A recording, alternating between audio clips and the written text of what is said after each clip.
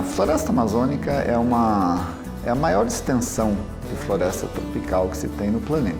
Só esse aspecto já define uma série de particularidades das florestas que são únicas e singulares. Mas um elemento que é bastante singular da floresta amazônica, ou do bioma amazônico como um todo, é uma interação muito profunda com as questões de clima.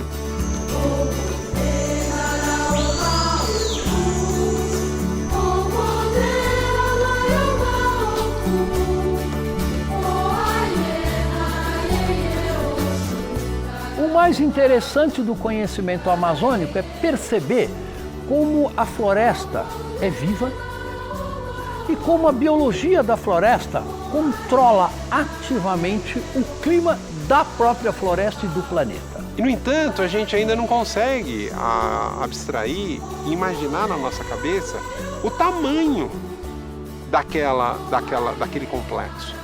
É um complexo que é capaz de fazer funcionar o sistema climático na América do Sul e interferir no sistema climático planetário de uma maneira poderosa e benéfica, né, positiva, não é simplesmente uma interferência aleatória.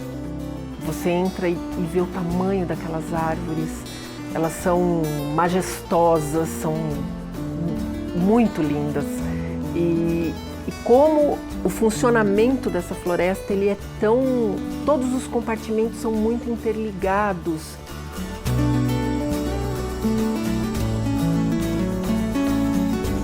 A complexidade da estruturação de uma floresta tropical, ela impressiona pelo número de espécies, pelas relações ecológicas, pelas adaptações de diversas espécies ao meio.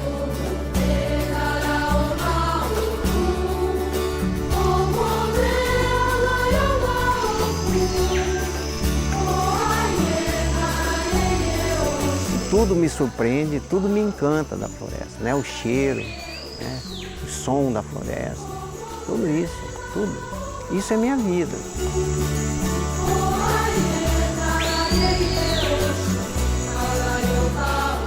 Então são tantos processos, às vezes, em várias escalas, eu acho que isso é encantador, né? Isso é uma coisa que estimula você tentar entender, e é complexo. E aí tem dia que tudo dá errado, mas aí no outro dia você olha e fala, uau, olha, encontrei uma coisa super interessante, vamos continuar.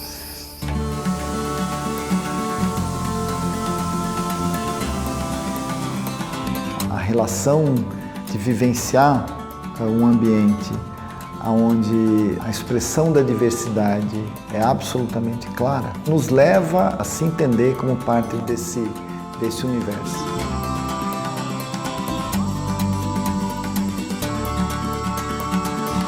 São 300 a 400 bilhões de árvores com diâmetro superior a 10 centímetros.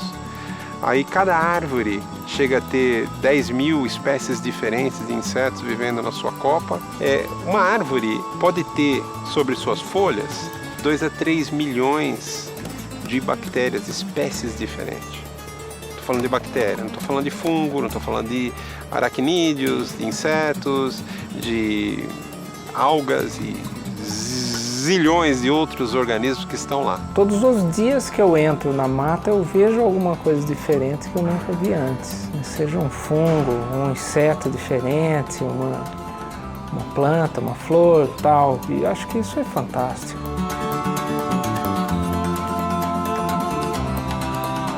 Frequentemente eu converso com meus amigos europeus, brincando com eles assim, numa grande árvore amazônica, uma dessas árvores gigantes, tem mais espécies ali do que no seu país inteiro, né? Na Inglaterra, por exemplo.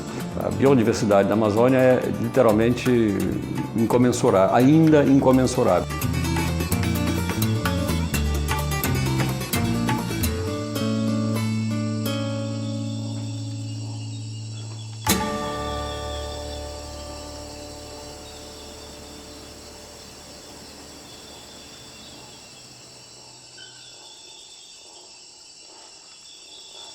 A floresta ela é uma imensa biblioteca. Ela é uma enciclopédia do conhecimento de milhares de anos da vida aqui na Terra.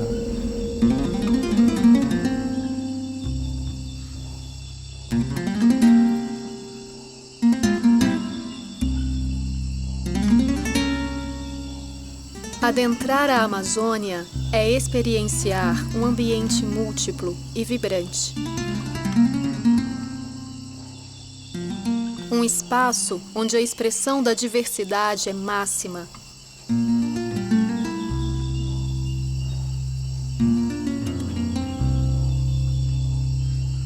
Aqui, onde as águas encontram o céu, as árvores criam as chuvas que regam o solo e fazem frutificar mais vida, a todo instante e por todos lados. Neste ambiente sem igual no planeta, a maior floresta tropical do mundo guarda seus segredos e encantos. A Amazônia estabelece uma relação profunda com o clima. São inúmeras interações complexas que compõem o funcionamento dessa gigantesca floresta.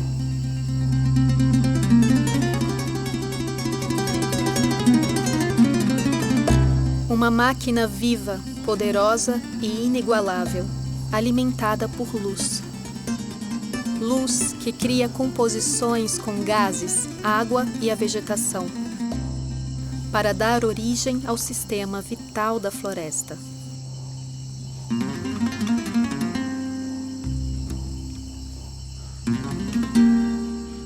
Eu diria que é quase que a magia dos trópicos, assim, sabe? Que permite, né, por essa abundante transferência de energia em energia solar, em virar matéria orgânica, né, que ela sustém uma quantidade de vida muito grande. Se você for olhar, a floresta amazônica vem da atmosfera, né? Toda ela. Chega do ar a água, o alimento, o CO2. O CO2 é a matéria-prima principal das plantas. É o CO2 que toca todo o sistema opera usando o CO2, que é um gás inerte na atmosfera, que vira açúcar na fotossíntese, e do açúcar se faz todo o resto. O carbono a gente não vê. Ele está aqui, ele é a base da vida, tudo é baseado no carbono, a vida na Terra é baseada no carbono. Esse carbono, ele entra na parte viva a partir da fotossíntese, que o Caetano colocou em poesia, né? Que é luz do sol que a folha traga e traduz em verde novo, em força, em água, em vida, em força, em luz.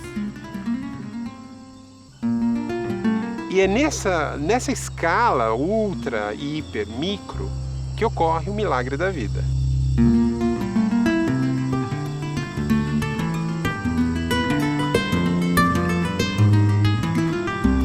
Então nós, hoje, com o avanço da tecnologia, nós conseguimos ver isso daqui, uma coisa que a gente apenas sentia. E hoje você consegue analisar isso. E essa máquina aqui é uma coisa fantástica, a floresta, o conjunto de árvores, né? A árvore em si é uma máquina extraordinária.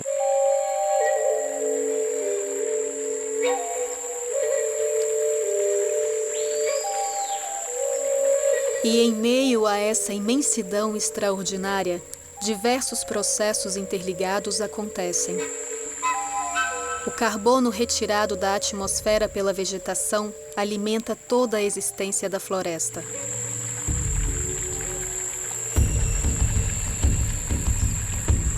As árvores, de diferentes maneiras, lançam para o céu enormes quantidades de água, formando rios suspensos, que levam também a umidade para outros cantos da terra e fazem frutificar mais vidas em lugares distantes da floresta.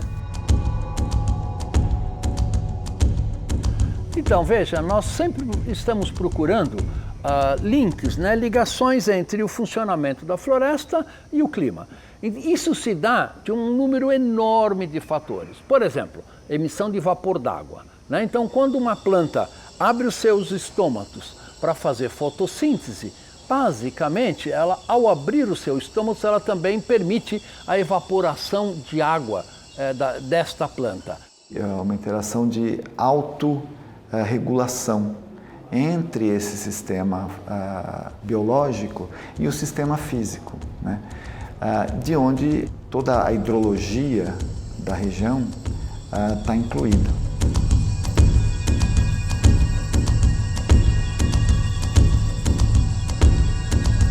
Uma árvore que está transpirando e está emitindo compostos que são importantes para a formação da chuva, que está conversando com outra árvore pelo sistema radicular ou pelo sistema de micorrizas, de fungos, a gente não escuta, a gente não vê, a não ser que tenha um microscópio, não escuta, a não ser que tenha um sensor que vai e amplifique aquela comunicação silenciosa.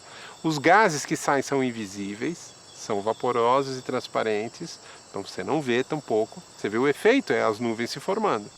Esses pozinhos, chamados compostos biogênicos da emissão das plantas, tinham essa incrível capacidade de fazer o vapor de água, que era abundante na atmosfera, formar gotículas em profusão e formar nuvens e, portanto, chuva. Então, por que uma floresta emite compostos orgânicos voláteis? Porque esses compostos orgânicos voláteis, através da química da atmosfera, se transformam em partículas. Estas partículas formam gotas de nuvens, a microfísica dessas gotas de nuvem faz elas crescerem e faz fornecer água para aquela própria planta que emitiu aquele composto orgânico volátil. Com isso, a precipitação que acontece dentro da própria Amazônia é produzida pela vegetação. Então, se você não tem vegetação, você diminui muito a formação de gotículas, porque o vapor está lá, pode estar lá, mas ele não vai formar nuvem.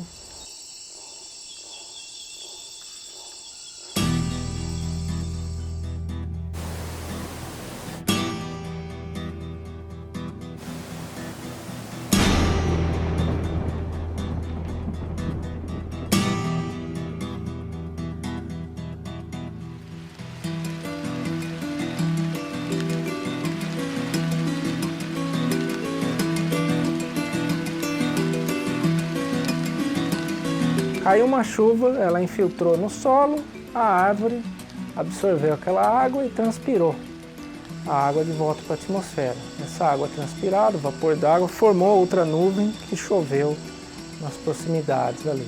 Os 5,5 milhões de quilômetros quadrados de dossel que ainda existem na Amazônia colocam 20 bilhões de toneladas de água todo dia, por dia, diário, isso. E 20 bilhões de toneladas é mais do que o volume do rio Amazonas, que é o maior rio da Terra.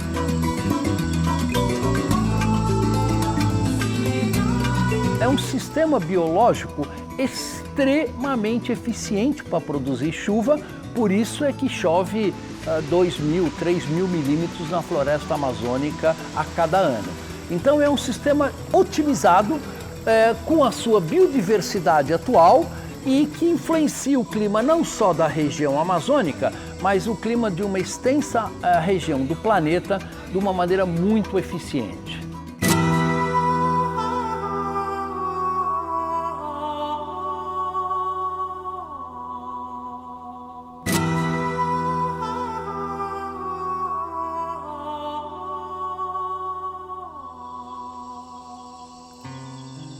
Essa imensidão de tons de verde, de perder de vista, influencia diretamente o equilíbrio do sistema climático global.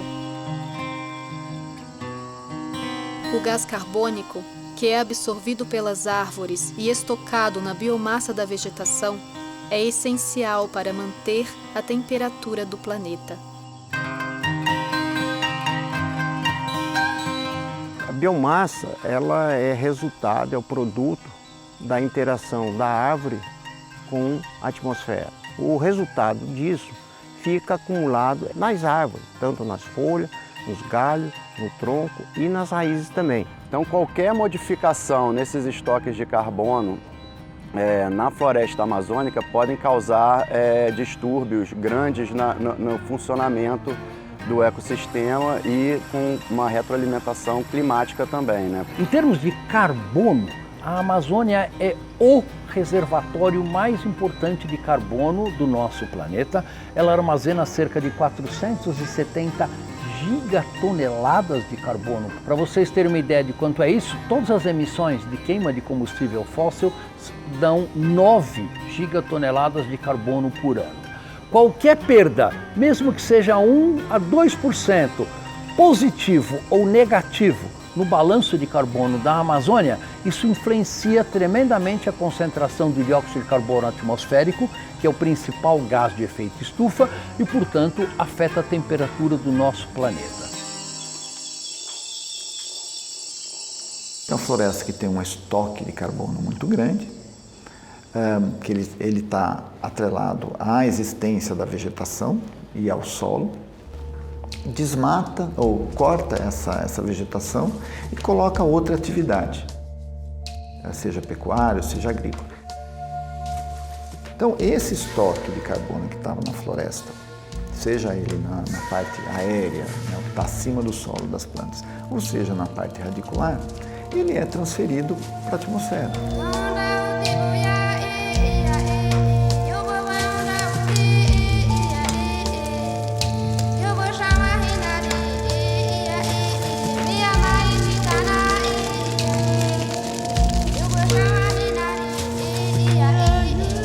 A floresta amazônica, até 5 anos atrás, era um importante absorvedor de CO2 da atmosfera. A floresta absorvia cerca de 0,5 a 1 tonelada de carbono por hectare por ano. Isso é uma gigantesca quantidade de carbono da atmosfera que a floresta estava absorvendo. Acontece que as secas de 2005 e as secas de 2010 trouxeram estresse adicional para a floresta e, na verdade, atualmente a floresta, ao invés de estar absorvendo carbono, está sendo neutra do ponto de vista de absorção ou de emissão, principalmente pelo aumento da mortalidade destas árvores. Uma coisa que é clara, né, o que a gente está sendo monitorada na Amazônia é o aumento dos extremos climáticos. A gente considerava que secas extremas ocorriam em escalas de 20, 30, 50 anos, o retorno dela, né? A volta de uma seca forte. E a gente vem observando uma seca forte em 2005, outra em 2010, outra em 2015, ao mesmo tempo cheias muito fortes dos rios em outros anos intercalados também, mas nessa escala de 4, 5 anos de retorno. Então, se nós tivermos cada vez mais extremos climáticos ligados à falta de chuva, um período muito longo, o que acontece? Você tem problemas no balanço hídrico, mas também você está mais vulnerável ao incêndio. E isso você desestrutura um fogo, faz um estrago, o que uma área demorou 100, 200 anos para se estruturar.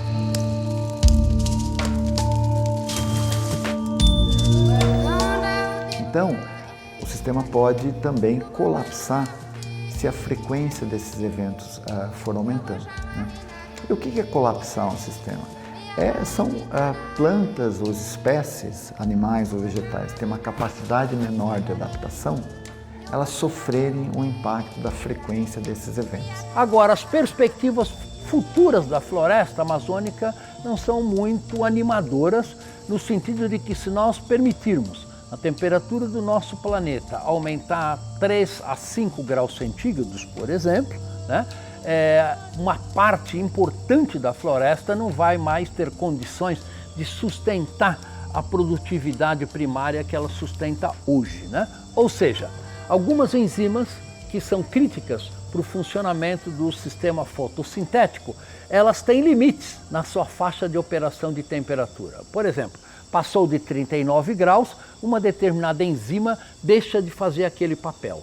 E isto, basicamente, afeta a fotossíntese da floresta, que é o grande mecanismo metabólico da floresta para absorver CO2. E isto realmente é um perigo enorme para a humanidade, porque isso pode trazer uma realimentação positiva para o aumento do efeito estufa, e o que pode levar a um aumento muito maior ainda da temperatura do nosso planeta.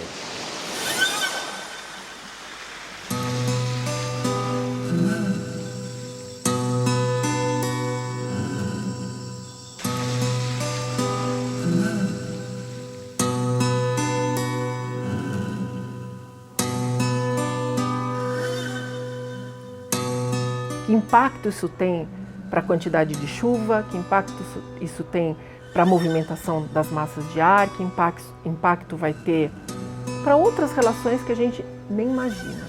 Então você está falando de uma coisa, de uma grandiosidade, e a gente está pondo tudo a perder em menos de 2 séculos. E agora, em poucas décadas, está acelerando o processo de maneira exponencial.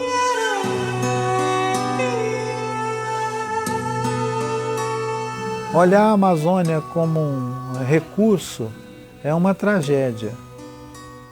Ela tem uma sensibilidade no seu complexo de biodiversidade tão emaranhado, tão relacionado entre si, que se você danar com o rio Xingu, você na verdade dana com uma parte desse organismo sensível que é a Amazônia, que é a floresta.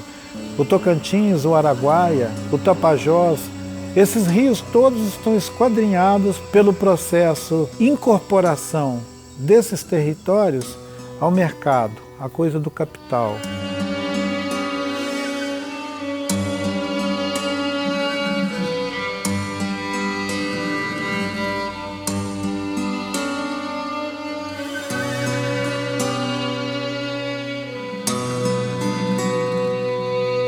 O que se vê hoje é um processo de aceleração radical do chamado extrativismo, não no sentido que a palavra tem para as populações tradicionais, mas o extrativismo no sentido de a predação, o saque, a retirada de quantidades brutais de madeira, de minério, né, e o arrasamento da terra para a implantação de projetos agropecuários.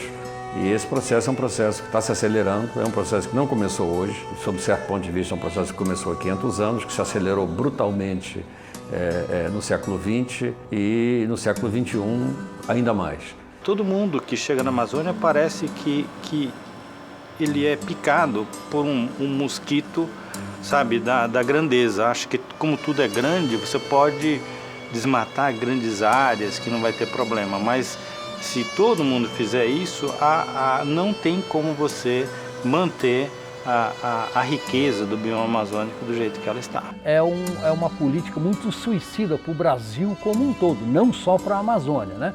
O Cerrado também está sendo pressionado, a região do São Francisco também está sendo extremamente pressionado por uma agricultura que é principalmente predatória para o funcionamento dos ecossistemas e predatória para o seu próprio negócio a médio e longo prazo. A pecuária que se faz na região amazônica é de muito baixa eficiência, é predatória para o funcionamento do ecossistema e isto tem que ser mudado. Nós não precisamos derrubar uma única árvore para aumentar a produtividade agrícola do Brasil, basta você aumentar esta produtividade nas áreas já desmatadas. No Brasil, alguns trabalhos têm mostrado que a gente tem muitas áreas que estão degradadas, que poderiam ser ocupadas por agricultura sem ter necessidade da gente avançar em novas áreas. Eu acho que é necessário que a gente repense isso, né? E repense o valor que uma floresta em pé tem. Eu acho que uma grande revolução para a economia amazônica seria uma economia baseada na biodiversidade, subexplorada atualmente. Então você investir pesado na investigação e produção de bens de consumo, né? Fármacos, cosméticos, alimentos, baseados na biodiversidade amazônica.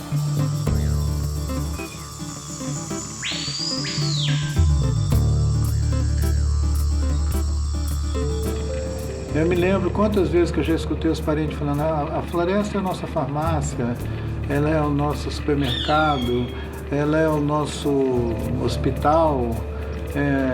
A floresta ela tem tudo o que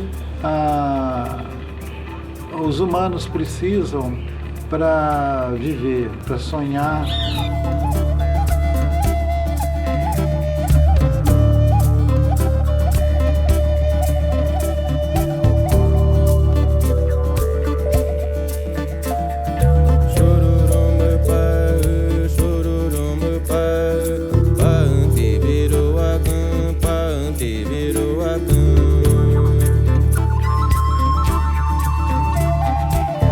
A relação dos povos tradicionais com a floresta é uma relação dos quais eles são a floresta, eles são parte da floresta, parte desse ambiente, né?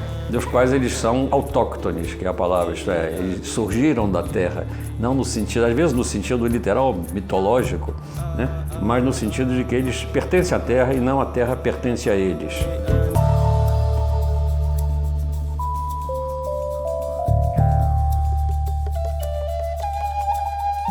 Durante milhares de anos, muitos povos viveram dentro da floresta, construíram um universo imaginário rico, poderoso, com seus cantos, com suas diferentes línguas, com suas falas, com o conhecimento mágico sobre a floresta. São mundos. São diferentes mundos, é uma multidão de mundos, maravilhoso.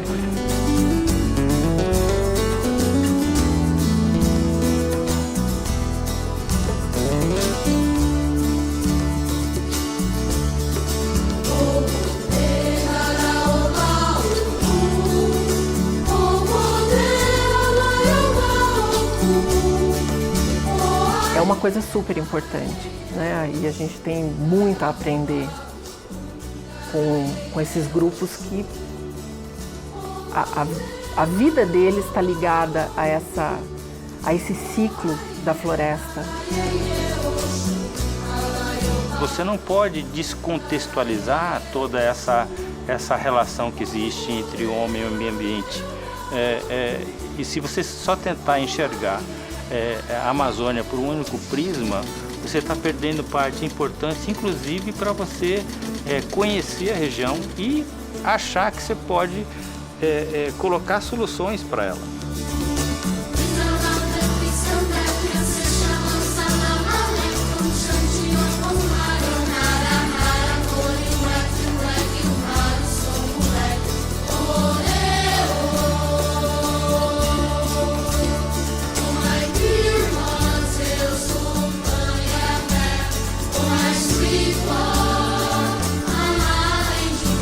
Eu considero que esses aspectos da proximidade, do entendimento e da tentativa de você tornar parte de si, faz com que a gente respeite tanto a existência dela e de todas as outras espécies que estão nela, tal qual seja a nossa casa.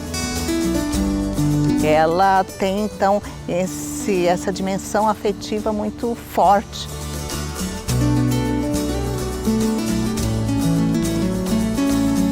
Eu acho que assim, o que me move um pouco é esse maravilhamento que eu tive, que eu acho que todo mundo deveria ter o direito de ter num futuro.